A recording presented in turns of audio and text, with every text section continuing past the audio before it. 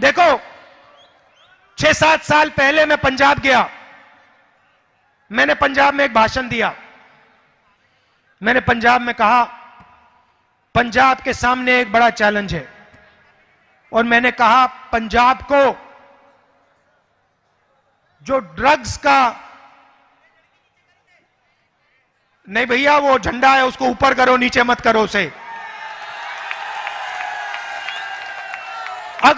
अगर पंजाब ड्रग्स से नहीं लड़ेगा तो पंजाब नष्ट हो जाएगा।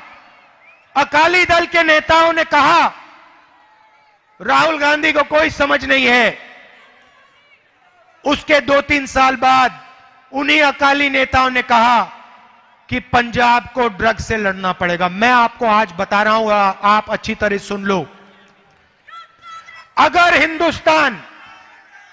हिंदुस्तान और अगर दिल्ली अपने युवाओं को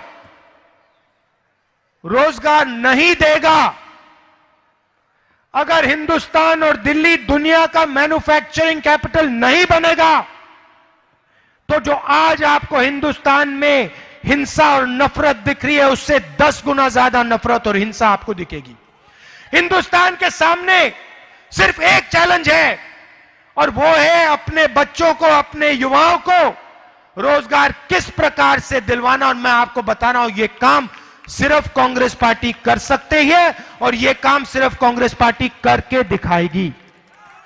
और वो काम सिर्फ हिंदू, मुस्लिम, सिख, ईसाई को एक साथ लाकर, प्यार से एक साथ लाकर वो काम होने वाला है। ये हिंदुस्तान की सच्चाई है, इसको आप सुन लीजिए और आप देखना। ये जो नरेंद्र मोदी अभी भाषण दे रहा है, मैं आपको बता रहा हूं, 6 महीने बाद, 7-8 महीने बाद ये घर से नहीं निकल पाएगा। हिंदुस्तान के युवा उसको ऐसा डंडा मारेंगे, इसको समझा देंगे कि हिंदुस्तान के युवा को रोजगार देने के बिना ये देश आगे नहीं बढ़ सकता है। युवा रोजगार चाहता है, युवा विकास चाहता है, युवा प्रगति चाहता है, और नरेंद्र मोदी उसी युवा को पीटता है, पुलिस से गोली मरवाता है। हाँ? जो मैंने कहा आप याद रखो, देखो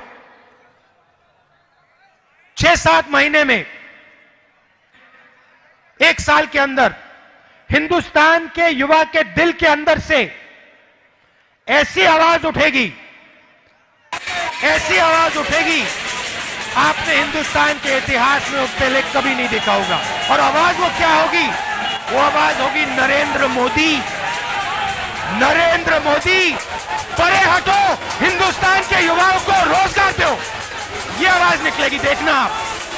और फिर आएगा मजा, क्योंकि फिर हिंदुस्तान सही पटरी पे चलेगा, और हिंदुस्तान में जो शुरू होना चाहिए रोजगार और मैन्युफैक्चरिंग का जो काम शुरू होना चाहिए वो होगा। धन्यवाद, नमस्कार, जय हिंद। मैंने कांग्रेस के एक नेता का कल घोषणा पत्र सुना। उन्होंने घोषणा की है कि 6 महीने में मोदी को डंडे मारेंगे। ये बात सही है कि ये काम जरा कठिन है, तो तैयारी के लिए 6 महीने तो लगते ही हैं।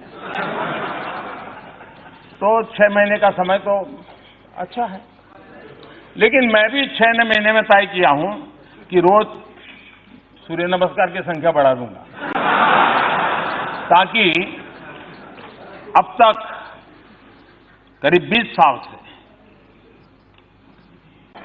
जिस प्रकार की गंदी गालियां सुन रहा हूं और अपने आप को गाली प्रूफ बना दिया है, 6 महीने ऐसे सूर्य नमस्कार करूंगा कि मेरी पीठ को भी हर डंडे झेलने की ताकत वाला बना दूंगा। तो मैं आभारी हूं कि पहले से अनाउंस कर दिया गया है, तो मुझे ये 6 महीना आप एक्सरसाइज बढ़ाने का टाइम मिलेगा। रोजी रोटी दे न सके जो सरकार निकम्मी है, जो सरकार निकम्मी है, वो सरकार बदलनी है।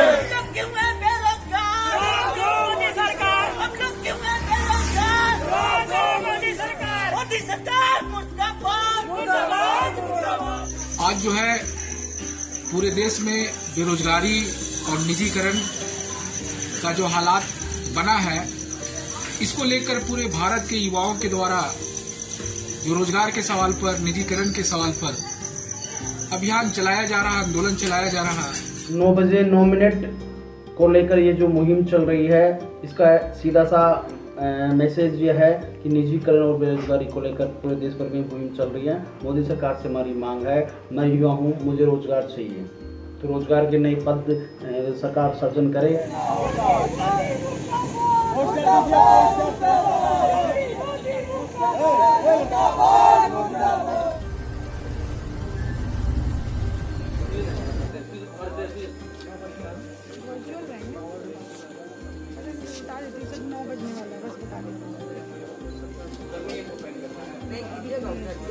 पिछले 1 सालों से नौकरी की तलाश में हो, न हम लोग के लिए कोई सरकारी जॉब है और ना ही प्राइवेट जॉब है। हम लोग लगातार यही बिहार सरकार से भी मांग कर रहे हैं और केंद्र सरकार से भी मांग कर रहे हैं कि हम लोग के लिए जॉब का प्रावधान किया जाए। टॉर्च और मोमबत्ती से हम विरोध प्रदर्शन कर रहे हैं और हम केंद्र सरकार को चेताना चाहते हैं, मोदी सरकार को, अगर हमारी मांग नहीं मानती है और निजीकरण बंद नहीं किया और रोजगार युवा बहन भाइयों के हिंदुस्तान में रोजगार नहीं दिया, तो इसके लिए हमें मजबूरन बड़ा आंदोलन करना होगा और रोड पर आकर हम गांव गांव ढानी में पूरे हिंदुस्तान में प्रत्येक राज्य में रोडों पर आ जाएंगे। मोदी सरकार, मोदी सरकार। दिग्गज अर्थशास्त्री और 2008 की मंदी से दुनिया को आगाह करने वाले रघुराम राजन ने भारतीय अर्थव्यवस्था को भयावह बताते हुए कहा, राहत के बिना लोग खाना छोड़ देंगे, वे बच्चों को स्कूल से निकाल देंगे और उन्हें काम करने या भीख मांगने के लिए भेज देंगे। आरबीआई के पूर्व गवर्नर रघुराम राजन ने देश की जीडीपी के आंकड़ों से सभी को अलर्ट रहने की सलाह दी है। अपने लिंक्डइन पेज पर एक पोस्ट लिखते हुए राजन ने कहा, जब इनफॉर्मल सेक्टर के आंकड़े जोड़े जाएंगे तो इकोनॉमी में 23.9% की गिरावट और बदतर हो सकती है। भारतीय अर्थव्यवस्था को अमेरिका और इटली से भी ज्यादा नुकसान हुआ है। ये दोनों देश कोरोना वायरस महामारी से सबसे ज्यादा प्रभावित रहे। राजन ने आगे केंद्र सरकार को आगाह करते हुए लिखा, जब तक वायरस पर काबू नहीं पाया जाता है तब तक भारत में विवेकाधीन खर्च की स्थिति कमजोर बनी रहेगी। सरकार ने अब तक जो राहत दी है वो काफी नहीं है। सरकार भविष्य में प्रोत्साहन पैकेज देने के लिए आज संसाधनों को बचाने की रणनीति कर रही है, जो कि आत्मघाती है। सरकारी अधिकारी सोच रहे हैं कि वायरस पर काबू पाए जाने के बाद राहत पैकेज देंगे। वे स्थिति की गंभीरता को कमतर आंक रहे हैं। तब तक इकोनॉमी को बहुत नुकसान पहुंच चुका होगा।